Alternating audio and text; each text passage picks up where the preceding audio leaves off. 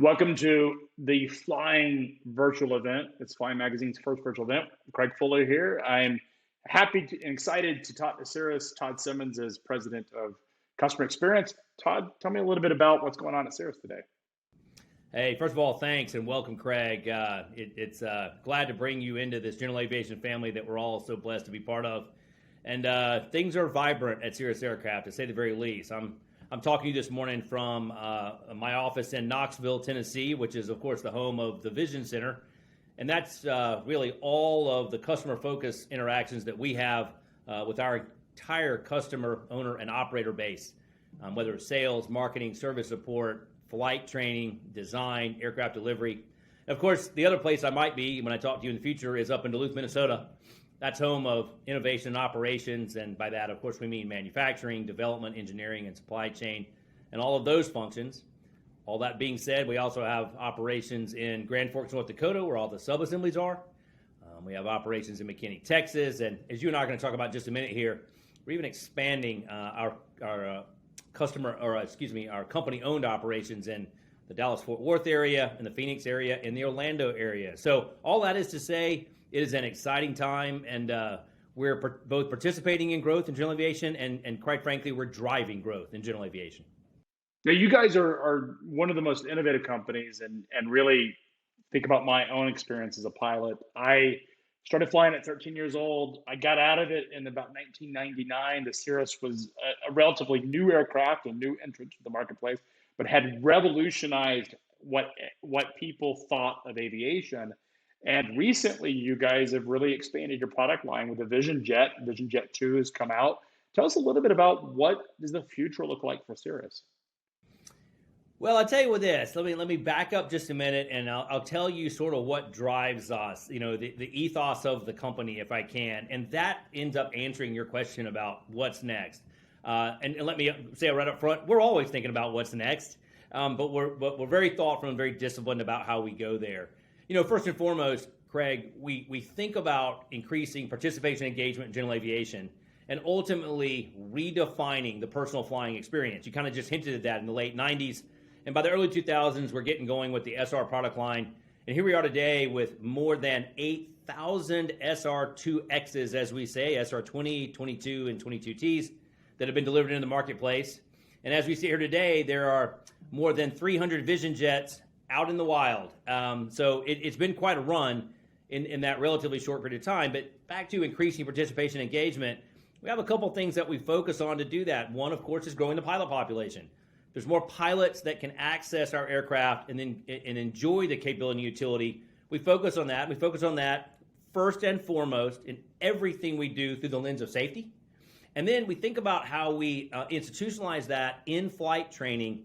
And I'll draw to your attention something that guides us. And again, it's more than just the hardware of the aircraft. Our training systems, whether it's called Cirrus Approach, the use of rich media, personalized, dare I say, curated and bespoke training programs that fit your lifestyle. So not only are you learning to fly in a safe environment that fits how you want to learn to fly in your timetable, but also that you're getting the benefit of the airplane while you do that. A key part of that, of course, is whether it's rich media, online content. We spend a lot of time developing how you learn today. We have long since, moved beyond the PowerPoints and the cassette tapes and all the things that you and I learned on, and kind of think about that a different way. Well, we call that whole program Cirrus Approach.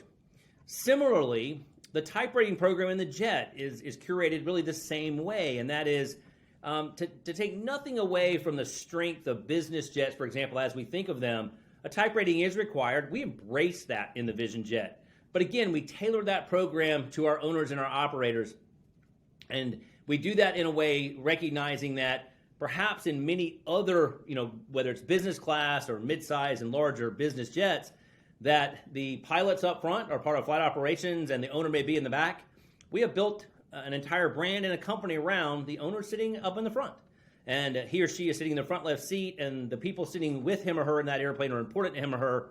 So the training is so important, and the type rating program really focuses on maximizing the safety. And I'm pleased to say this morning, we don't publish these numbers necessarily. We have just passed our 600th Vision Jet type rating. And then the last piece of that is something we call embark. Remember that I named 8,000 SR airplanes. They change hands in the aftermarket, as they should, or as we like to say. There's a Cirrus SR available at every price point. We want that person that perhaps is acquiring the pre-owned, the airplane is new to them, Craig, we want them to get the same kind of training. And we provide that at no charge. I'll repeat that. We provide that at no charge so that that person getting that pre-owned airplane is still getting that premium world-class flight training experience from Cirrus Aircraft. I say all that because your question is what's next? What's next starts with safe flying today. That's so important in all that we do, and then we build on that. The second thing, and I'm going to mention three that really answer this larger question of what's next, is we're very much focused on sustainability. I appreciate that concept is making its way into general aviation in North America. Quite frankly, it's stronger outside of North America. The primary way we're seeing that, to be fair, is in sustainable aviation fuels. We've flown the Vision Jet on sustainable aviation fuels, and we continue to recognize the efficiency of single engine operations, and if you will, the carbon footprint of that versus twin engine and similar performance, but sustainability. And we're also partnering on avgas. We all know that that's a factor out there that's coming, and Sirius is very much as one of the big bore, both Continentals. We are focused on making sure that we have the right solution for all our owners and operators. I know you want to talk about hardware, and I'll mention a little bit of it, and that is, you mentioned G2 Plus. When we think about what's next with the airplane, you kind of can almost see that in what we're doing today. Let me highlight a few things. You mentioned G2, and now we have this thing called G2 Plus, as I just said. Just a few months ago, we launched the airplane that gets about 20% better, in some cases even more than that, high-density altitude performance. And that's so critical. The airplanes that are being used out west, whether in Colorado, Montana, Arizona, New Mexico, seeing great performance out of the airplane. And so hot and high, as we pilots know, is a key point. Where you're going, that's just as important, is connected as a strategy at Cirrus. And the airplane being connected, that's the first airplane where we have the GoGo Wi-Fi product on board the airplane. That may not seem like a lot to the average person, but by connecting the airplane, what we're doing in recognizing what's next, we're making the entire ownership and operating experience easier to get into. And you do that by connecting the airplane. In the case of the SR, if you will, we have a product called Cirrus IQ. Just by the app on my phone, I can see the health of the airplane. I can find out where the local service center is if I need that. Technical publications are coming. So the connected strategy is very much a part of what we're doing. And that's really important because back to my very first point about increasing participation and engagement, the thing that we're doing is make it easier to own and operate the airplane and sort of move past this idea of sort of general aviation 1.0. It's certainly fun to buy the airplane, to fly the airplane, but the fact is owning and operating the airplane and always getting the transportation capability of it, whether it's medical, maintenance. I mentioned tech pubs a moment ago. All of their currents in the airplane, make all that easy, one-stop shopping, if you will. And when you do that, you make it easier to get into, and the airplane being connected does that. I was going to say, my teenage kids would demand that it's connected because to them, I don't care if we're offline for 5 minutes or 3 hours. That is a crisis in their mind, which is really unfortunate in some ways. But I think the connected element is actually an important part of it. It makes the experience better for everybody, including the pilot as well as the passenger. It's not easy to do in the airplane, and it's probably not well appreciated. It seems so obvious. The airliners were obviously ahead of us. But actually getting connected and getting, whether it's ground-based and then moving on to satellite-based Wi-Fi into the airplane, it's actually fairly complex. It's complex in terms of antennas on the airplane. It's complex in terms of hardware on the airplane. And in our case, we've got a relatively small airframe compared to so many that are larger. And so, but we're solving that. We're cracking that nut at Cirrus. And to your point, once we're connected, it not only enhances the onboard experience, it enhances the onboard experience for not just pilot but passengers alike, and really enhances the ownership experience because I'm constantly in touch with the airplane. Even ADS-B was a part of that. We always know where the airplane is. We're in real time. The other piece I would say, though, that is a part of this conversation and where are we going is really around what you see, the heralding of autonomous, coming into the airplane. I like to say that a plane with a parachute is a big idea. And a plane that can land itself with a push of a button is a big idea. And Sirius is a company of big ideas. And I think the age of autonomous being here with the push of the safe return button really says a lot about where we're going in our thinking about what is next in aviation. And really, that actually is the entree into simplified vehicle operations, making it easier to own and pilot the airplane. Without saying a whole lot more, I think it's just a small leap for you and others to imagine how that begins to affect and enhance the piloting and the ownership and the flying experience. As I like to say, if you're thinking of it, we're thinking of it. So let that be a little bit of a guide, what's happened in safe return and the age of autonomous coming toward us at the pace that it is. Sirius is right there in the middle of that, of many partnerships.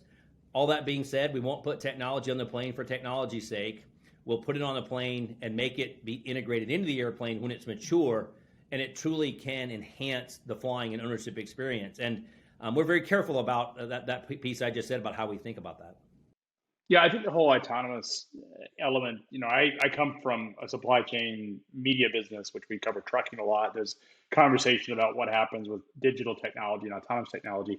It strikes me that the conversation for pilots is a little bit different, still some same thematic elements, but safety, a lot of that technology, what it enables is a much safer environment than what we would get if we didn't have the technology, particularly as it gets implemented and starts to take a lot of the human error out of the sort of relationship with how they're interacting with this really powerful machine.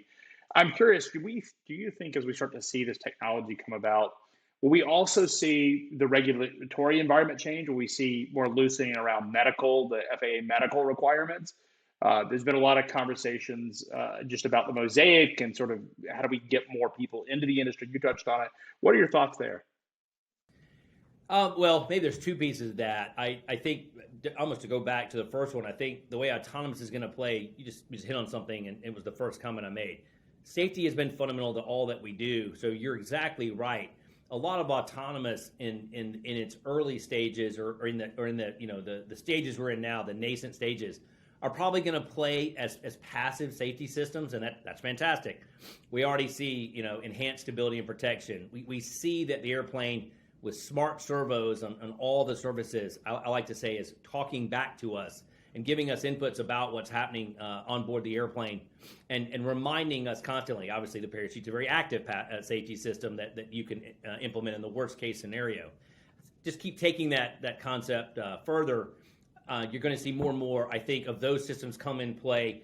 I think we're still quite a ways from the pilot not, if you will, being in the airplane and not being in control of the airplane. I think that's going to take a time, and that really gets to the regulatory issues. I think those are going to play out in two ways. Number one, and I'll come to your point in just a moment, I think number one is a little bit around the airspace issue. I think that's going to continue to be one of the more complex issues that we deal with in terms of autonomous and all of those pieces coming in. And that, to me, is one of the still to be sorted out in many, many ways. To what you said, can it enhance? I think the answer is yes. I think what's happening with basic med, I think what's happening with, to your point, if you will, a relaxing of some of the medical, and I don't know if that's even the right way to say it, I think the future points that they will help us, again, I think that will be a disciplined process, though, going forward.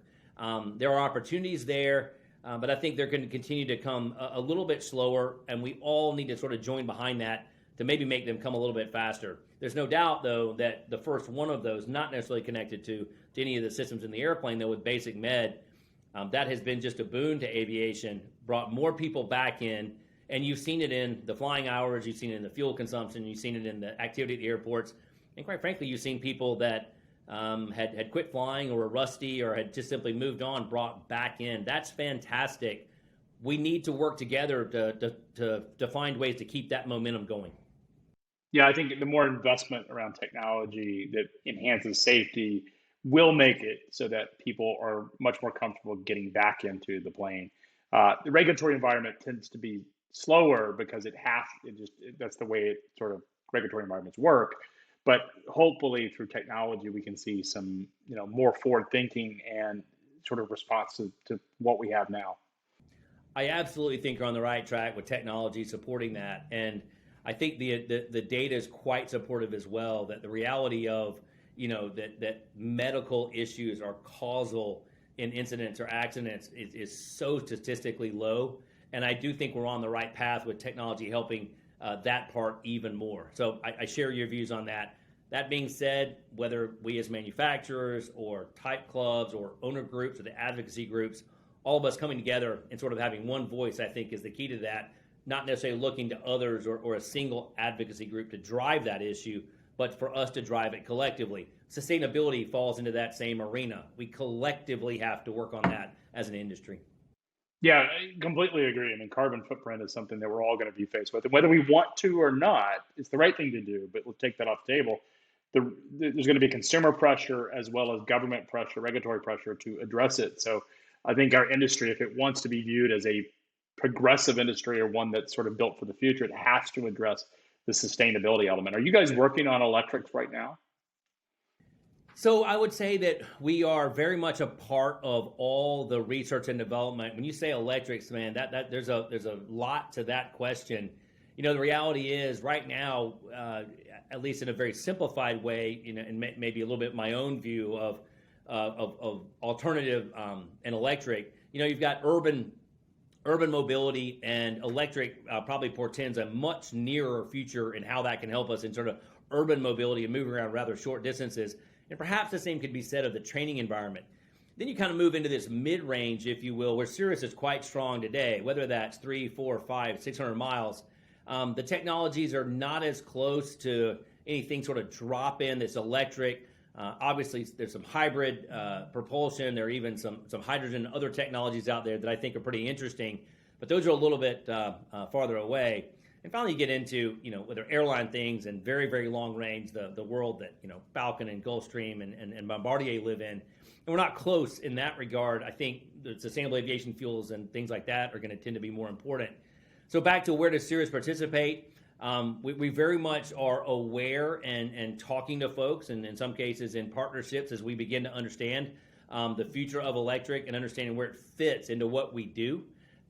We recognize that it can be a key place, and it can be not only an incredibly important cost driver. I think it can bring more people into aviation, and I also think it can be important to the whole sustainability initiative. That said, Craig, we also, back to a point I made before, we won't put technologies on the airplane that are not ready for the mission that our airplane serves.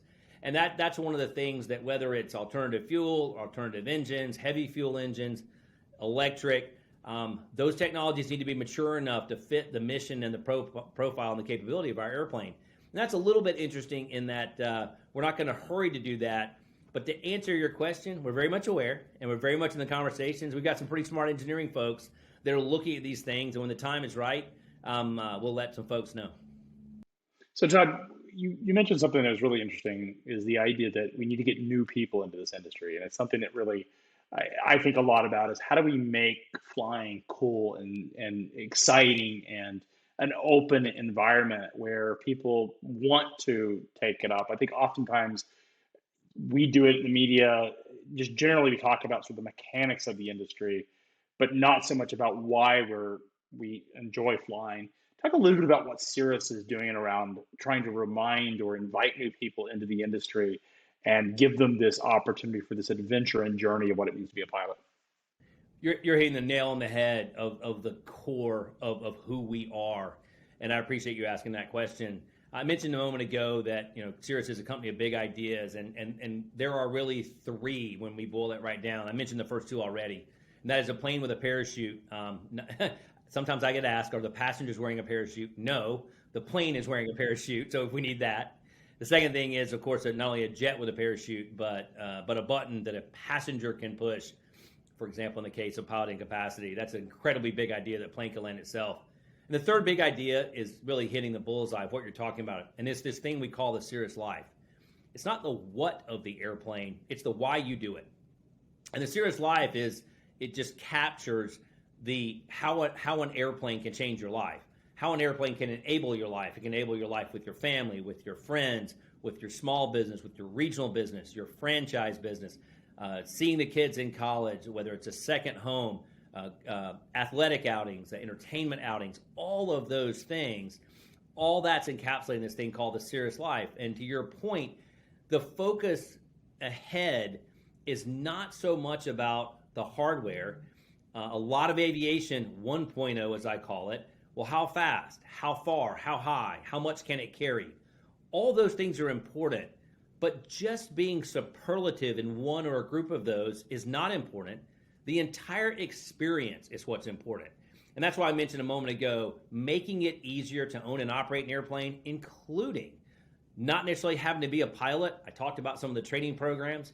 We've got a new program called Vision Air in the JET program, where with the purchase of the airplane, you can check a box as well and say, I want the pilot and get pilot services too while I learn to fly. That actually harkens back to the early days of Cirrus that you mentioned a moment ago. We used to have a tagline, not a pilot, not a problem. A program was called Cirrus Access, and we've just matured that into this thing called Vision Air, which is to say, make it easy to get the benefit of all those things I just talked about in the Cirrus Life without necessarily having to go from I'm not a pilot today to being an experienced pilot. We can get you on that path, and we can curate your training to get you to that level, but you can also get the benefit along the way. And really this is it's almost some of the macro trends out there, right, Craig? You're talking about moving from an ownership economy and really the hardware economy a little bit to the sharing economy. That's the generation that your kids and my kids are living in. We talked about that with social media a moment ago. I just want access to the benefit that it gets. That whole trend is reshaping our thinking at Cirrus Aircraft, and we're bringing real products into the market, whether it's Vision Air, our flight training program, the way we're connecting the airplane to make it easy to own and operate, the way we use, for example, a Jetstream product, a prepaid by the hour product, so your cost model is known to understand how to own and operate the airplane. All of these things are shaping toward making it easier to get the benefit of aviation. That is the answer to what I think, what we think at Cirrus about how to get more people engaged, not just owning and buying the airplane, and then you're being left to figure out all the other things. We're going to do that for you. No, it's awesome. I love it, Todd. Unfortunately, we don't have any more time, but I have to ask something before we go. Really enjoyed this conversation. Hope we get to do it again. If you could own any airplane, anything, it can't be a Cirrus. You're not allowed to use that. So you got to tell me, it could be any other aircraft. What would it be? Man, you're making it hard, but I'll first and foremost say I love what we do at Cirrus, and I love these airplanes. And I'm a type-rated vision jet pilot, and I've got thousands of hours in SR, and I'm building that way toward SF. But if you said any other one but that, I'm gonna cheat and answer your question in two ways. You can't see it in the background, but there's a book on my table there, and that's the book of Quest Kodiak. That thing's high on my list. That's a jack of all trades airplane. But if you want to speak to my heart, as you know, a Carbon Cub is near and dear to me. So the purity of flying that airplane and the places it can take you that no other airplane can take you is what makes a Carbon Cub so special. In fact, some of my passions are around the Recreational Aviation Foundation and all it represents. It's about access and going to places. And a Carbon Cub, and I guess you could say a Kodiak can do that too. So if you're going to press me on that issue, I'm going to cheat and say two, a Kodiak and a Carbon Cub. How's that sound? Well, I can't begrudge you for that because the backcountry flying is an entirely different experience. It's interesting because I think a lot of people that are sort of outside of aviation look at flying and having an aircraft as sort of one thing, right? Is that an aircraft can do everything, but it's not that way. There's so many different types of experiences, and that's one thing that's really exciting about this particular lifestyle and this particular industry is all of the different experiences that create entirely unique sort of journeys that we get to experience as pilots that only exist because of all of the different type classes of aircraft and what they're able to do on a mission. I couldn't agree with you more, Craig. If there's a key takeaway comment, it's been the theme of our conversation this morning, and that is the why of airplane ownership, not necessarily the what. And you're hitting the nail on the head. There's so many different kinds of airplanes, but a common thread that weaves through all of them is the thing that they enable in your life. And that can be efficient transportation, that can be connecting to family and friends, that can be mobility in your business, or if it's a Cub, it can be taking me to places that only that airplane can take me to, that literally no other mode of transportation, bike, car, Jeep, boat, can take me to. And I think to your point, aviation offers something for just about everyone that's so much bigger than maybe the definition, the more general stereotype definition of what an airplane is. The thing that it can enable, general aviation is magic in that way. And I like the idea that this is the conversation that we're having going forward about how an airplane, general aviation that is, can personally change your life. I couldn't agree with you more. Yeah, it's awesome. It's an exciting time. Really, Todd, I really appreciate you coming on today. We're going to continue this conversation throughout the day. So stay tuned to all of the other content. We have a lot of different, speaking of talking about different types of use cases and missions, it's all covered today. We're going to talk about the current and the future. So stay tuned to more content. Really appreciate it. Thanks, Todd, for coming here, and look forward to having you back. Thanks. See you again soon.